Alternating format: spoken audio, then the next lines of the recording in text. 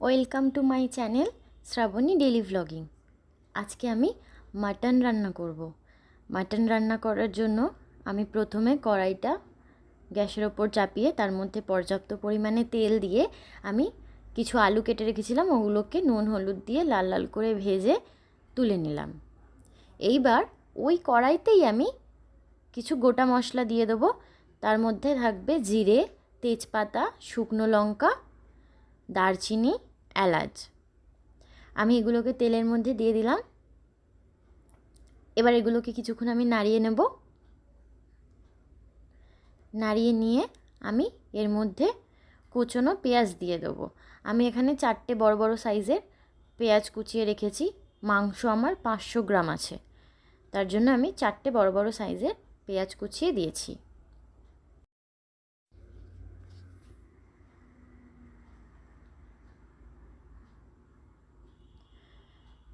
পেঁয়াজগুলো আমার দেওয়া হয়ে গেছে। এবার আমি পরিমাণ মতন লঙ্কা দিয়ে নিলাম। ঝালটা যে যার স্বাদ অনুযায়ী, আমি একটু বেশি ঝাল পছন্দ করি, তাই আমি বেশ কিছু কাঁচা লঙ্কা দিয়েছি চিড়ে। আমি আবার গুঁড়ো লঙ্কার ব্যবহারও করব, আমি এটা একটু স্পাইসি করব। এবার কড়াই আমি লঙ্কা পেঁয়াজটা দিয়ে ভালো করে নেড়ে নিচ্ছি। আমি এর মধ্যে একটু নুন দিয়ে দেবো, যাতে পেঁয়াজটা আমার তাড়াতাড়ি নরম হয়ে যায়।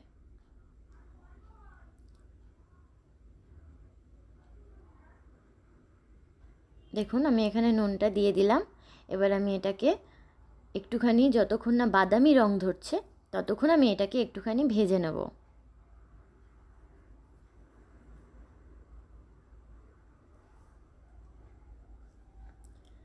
আমার দেখুন হালকা গায়ে বাদামি বাদামি রং ধরেছে। এবার আমি মাটনটা এর মধ্যে দিয়ে দিলাম। আমার এখানে 500 গ্রাম মাটন আছে। মাটনটা দিয়ে আমি 4 থেকে 5 মিনিট মাটনটা পেঁয়াজের সঙ্গে ভালো করে ভেজে নেব।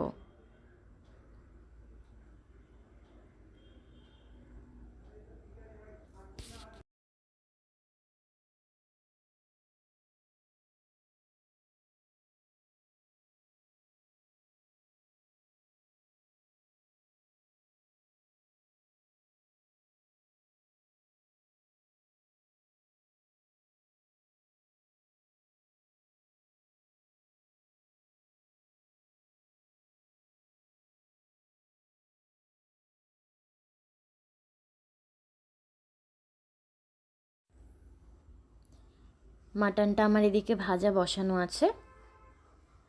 আমার ভিডিও কে কোথা থেকে দেখছেন আমাকে একটু জানাবেন।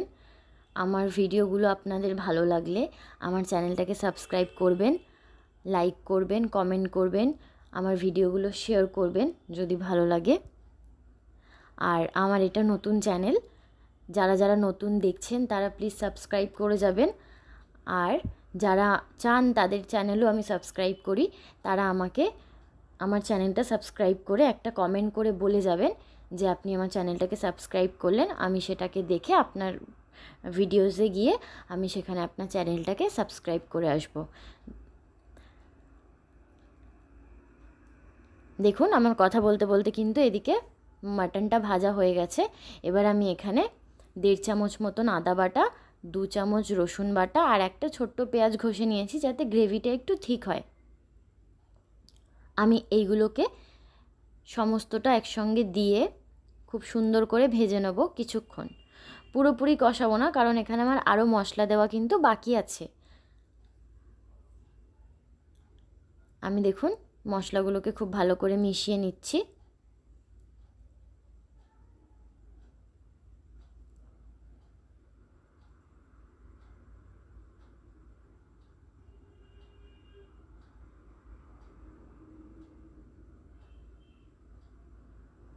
আমার এখানে ভালো করে মেশানো হয়ে গেছে। এবার দেখুন আমি কিছু মশলা নিয়েছি।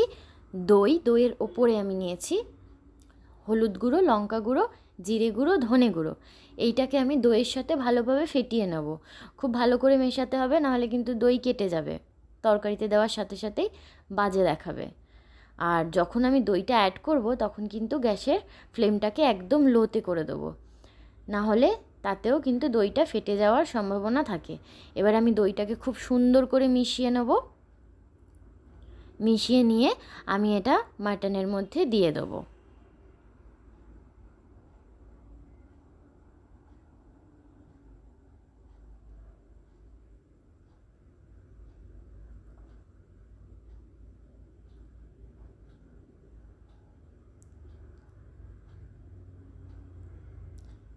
দেখুন এটাকে মাটনের মধ্যে দিয়ে মাটনটাকে খুব ভালো করে কষাতে হবে।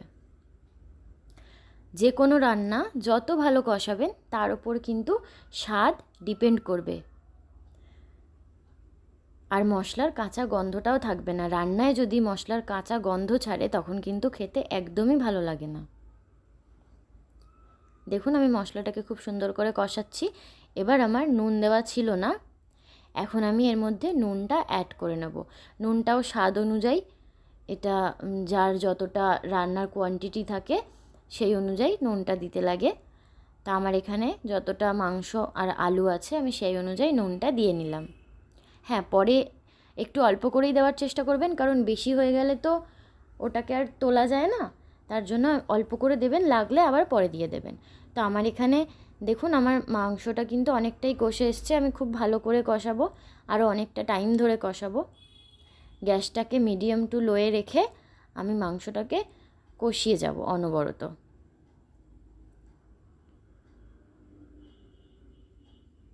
দেখুন আমার কিন্তু কালারটা আস্তে আস্তে চেঞ্জ হয়ে খুব সুন্দর একটা রং আসছে।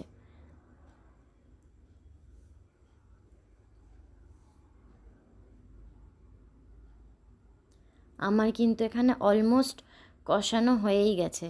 আমি জাস্ট আর একটুখানি কষিয়ে তারপর জল দিয়ে দেবো।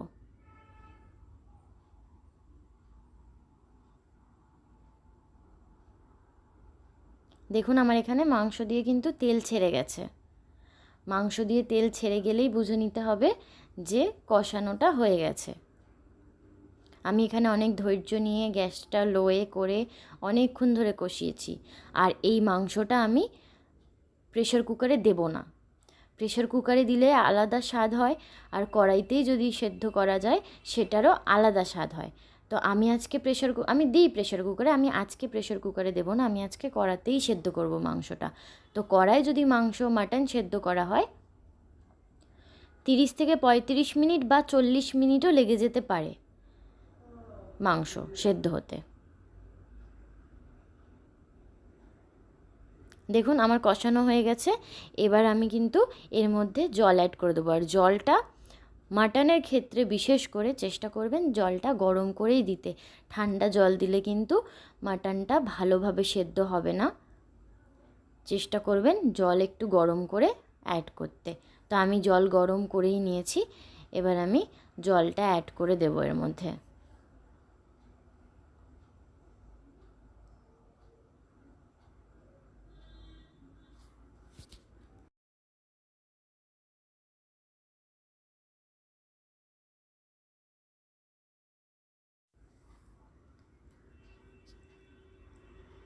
আমি জলটা অ্যাড করে দিচ্ছি।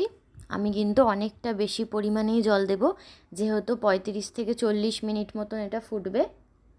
তার জন্য জলটা কিন্তু আমাকে সেই পরিমাণেই দিতে হবে, বারবার জল দেওয়া কিন্তু যাবে না। কিন্তু কারোর যদি জল কম পড়ে তখন গরম জল করে দেওয়াই যায়, কিন্তু চেষ্টা করবেন একটা আন্দাজ করে একেবারেই জলটা দিয়ে দেওয়ার। তো আমি এখানে এক কড়াইয়ের থেকে একটু কমই জল দিয়েছি, দিয়ে আমি ভালো করে এটাকে নাড়িয়ে ঢাকা দিয়ে দেবো।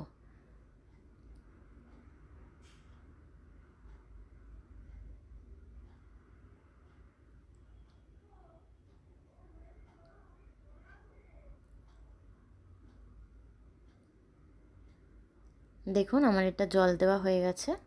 এবার আমি একটা ঢাকনা দিয়ে ঢাকা দিয়ে দেবো। আমি 20 মিনিটের পরে একবার এটা খুলেছিলাম, মাঝখানের মধ্যে একটু আলুগুলো অ্যাড করে দিয়েছিলাম, সেটা দেখানো হয়নি। এটা একেবারে 35 মিনিট পরে আমি দেখাচ্ছি। এখন আমার মাংসটা পুরোপুরি সেদ্ধ হয়ে গেছে, আমি চেক করে নিয়েছি। এবার এর মধ্যে গরম মশলা অ্যাড করে আমি গ্যাসের ফ্লেমটাকে অফ করে আমার রেডি হয়ে যাবে আজকের মাটন কষা। আমি সার্ভ করেছি ডিনারে ছিল মাটন কষা, স্যালাড আর পরোটা। আমার আজকের ভিডিওটা এইটুকুই। ভালো লাগলে সাবস্ক্রাইব করবেন আমার চ্যানেলটাকে, কমেন্ট করে জানাবেন আমার রান্নাগুলো আপনাদের কেমন লাগে। Thank you for watching.